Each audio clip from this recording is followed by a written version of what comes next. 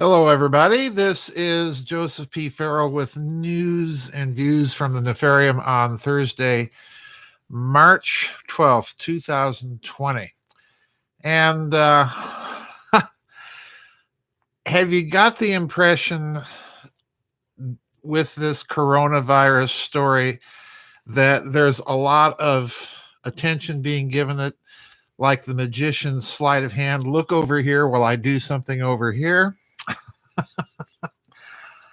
I suspect that today's story might be in that vein. Um, there's a very, very interesting story that appeared just yesterday on Zero Hedge.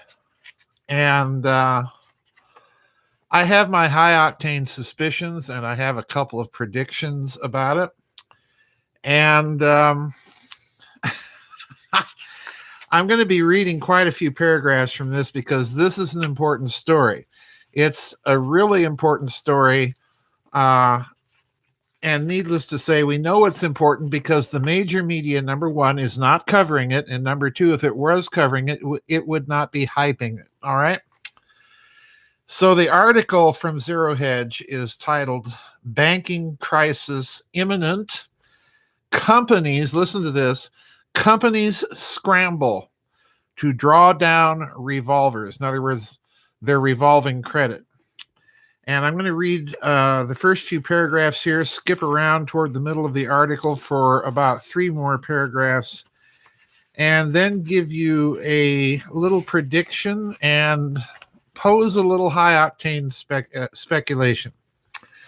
So here's the article. Quote, earlier today, we reported that Boeing shocked the investment community when it announced that due to market turmoil, it would immediately draw down on its full $13.825 billion revolving credit facility, an unprecedented move for a company of Boeing's size and valuation, and one which some took as an indication of how frail Boeing's liquidity state was. In other words, cash on hand for a rainy day.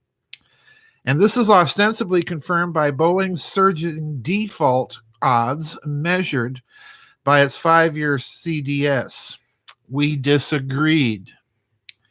After all, why would Boeing rush to draw attention to its own funding challenges by fully drawing on its revolver when it knew full well that it had access to the money, safe and sound, located at its syndicate banks?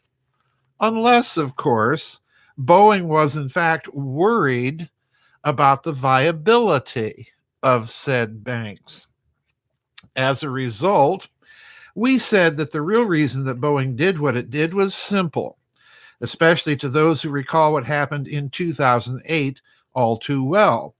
Boeing appears to be worried that a 2008-style financial crisis is imminent and is shoring up all the liquidity it can, so as not to remain at the mercy of its banks, which may refuse to extend it credit at any one moment if their own liquidity is threatened. Which is why we also concluded that now Boeing, quote, one of America's most valuable companies, has shown which way the wind blows. Expect thousands of less credit-worthy companies to follow suit as they scramble to cash in on every dollar in available revolver funding before the banks pull it, unquote. We had to wait just a few hours for this prediction to come true because, listen closely, folks, later on Wednesday, Bloomberg reported that 2 of the world's biggest PE firms, Blackstone and Carlyle, have told their portfolio companies to immediately do what Boeing did earlier in the day. Do whatever it takes to stave off a credit crunch, which, as in the case of Boeing, is a polite way of saying your banks may pull their liquidity, idem est, fail. So get whatever cash you can now when you can and not when you have to.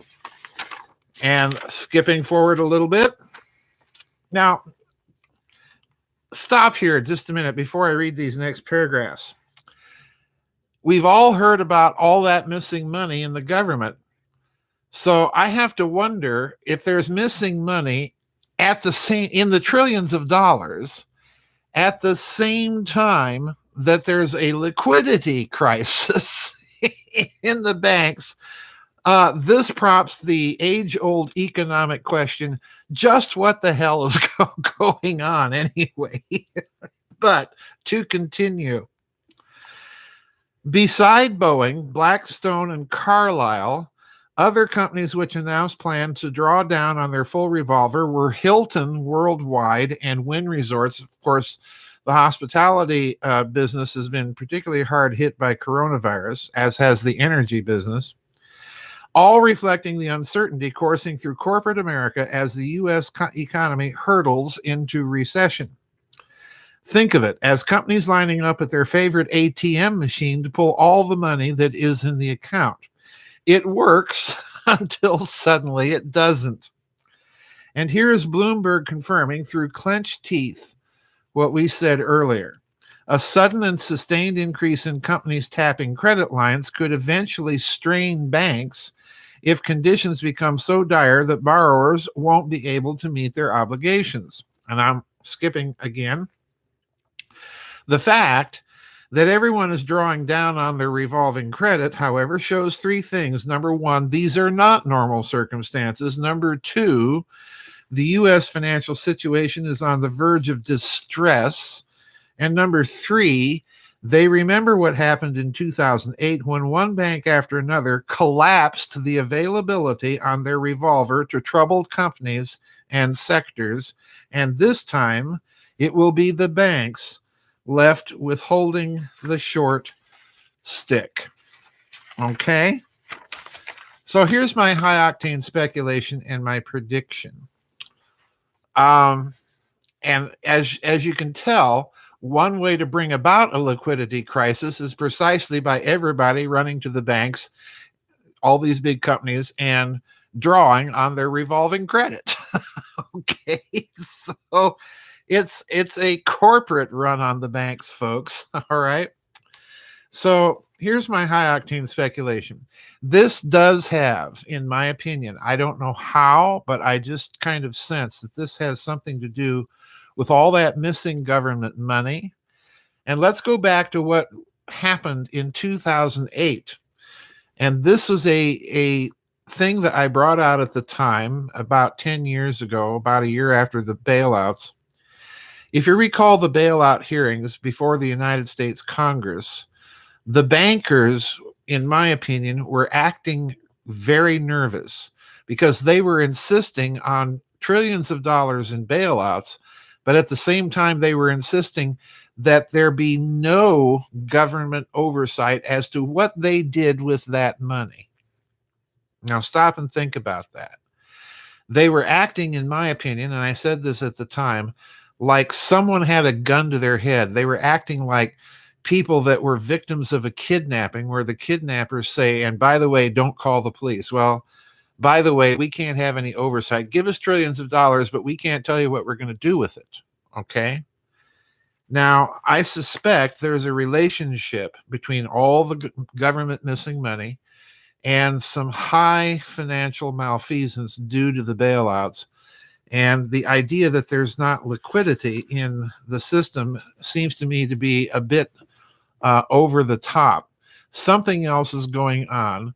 It's related to this missing money. And one of the things I suspect is going on is that the derivatives in the financial system are now beginning to show their ugly head because there's not enough liquidity.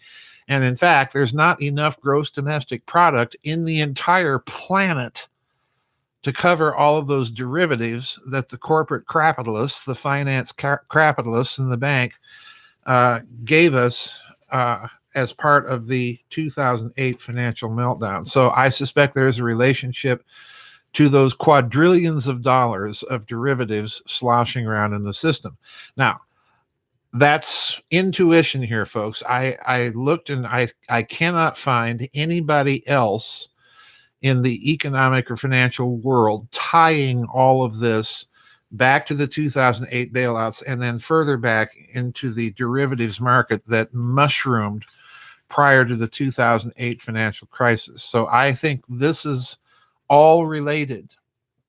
And it was, let us remember, the banks that created all of those derivatives, which were,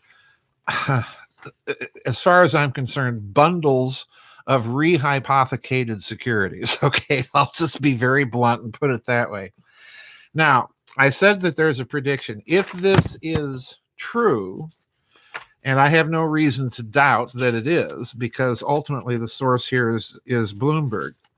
If this is true, my prediction is that you are going to see similar things begin to happen, not only in Europe, but in Asia. And the ones that are going to be the hardest hit, I think, by this are going to be the Chinese. They've already been hit with the coronavirus whammy. This might be another blow. So my prediction is watch Europe and see if we find major European companies going to the banks and drawing on their revolving credit. This could be a very, very bad thing if this spreads.